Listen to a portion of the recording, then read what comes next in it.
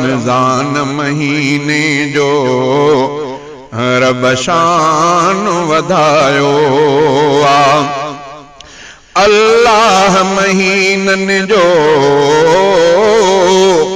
अल्लाह महीनन जो सरदार बनायो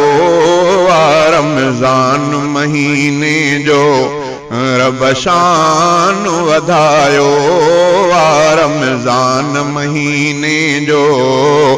रब शान वधायो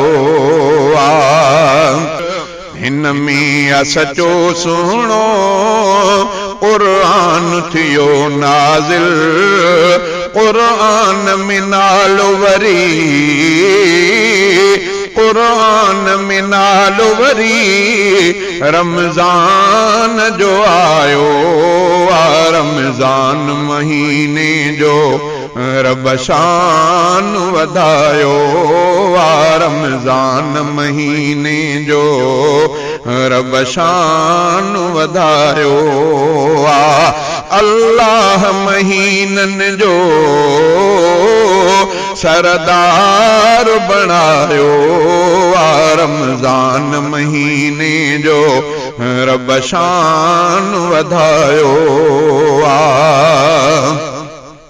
बरसात जियां हिन में रहमत थी वसे यारो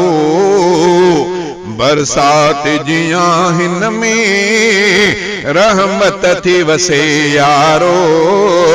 बख्शिश जो मिठे मालिक बख्शिश जो मिठे मालिक ही रंग रचायो रमज़ान महीने जो रब शान वधायो रमज़ान महीने जो रब शान वधायो अल्लाह महीनन जो अल्लाह महीनन जो सरदार बनायो रमज़ान महीने जो रब शान वधायो तारीख हुई 17 ते जंग बदर वारी तारीख हुई 17 ते जंग बदर वारी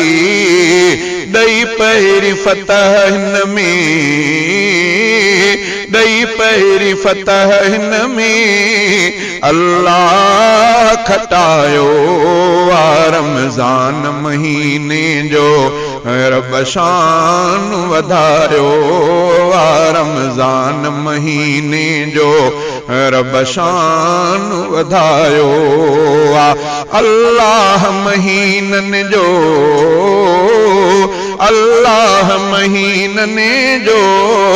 सरदार बनायो रमज़ान महीने जो रब शान वधायो रोज़े जो अदा बदलो बस पाण खुदा आहे रोज़े जो अदा बदलो बस पाण खुदा आहे रोज़े में अजब पंहिंजो रोज़े में अजब पंहिंजो रब राज समायो रमज़ान महीने जो रब शान वधायो रमज़ान महीने जो रब शान वधायो अल्लाह महीनन जो अल्लाह महीनन जो सरदार बनायो रमज़ान महीने जो रब शान वधायो सारा भला कहड़ी अल्लाह बख्श करे अहसन हिन माह मुक़द्दस जो हिन माह मुक़द्दस जो हर लम्हो सजायो रमज़ान महीने जो रब शान वधायो रमज़ान महीने जो रब शान वधायो। अल्लाह महीननि जो, अल्लाह महीननि जो सरदार बणायो।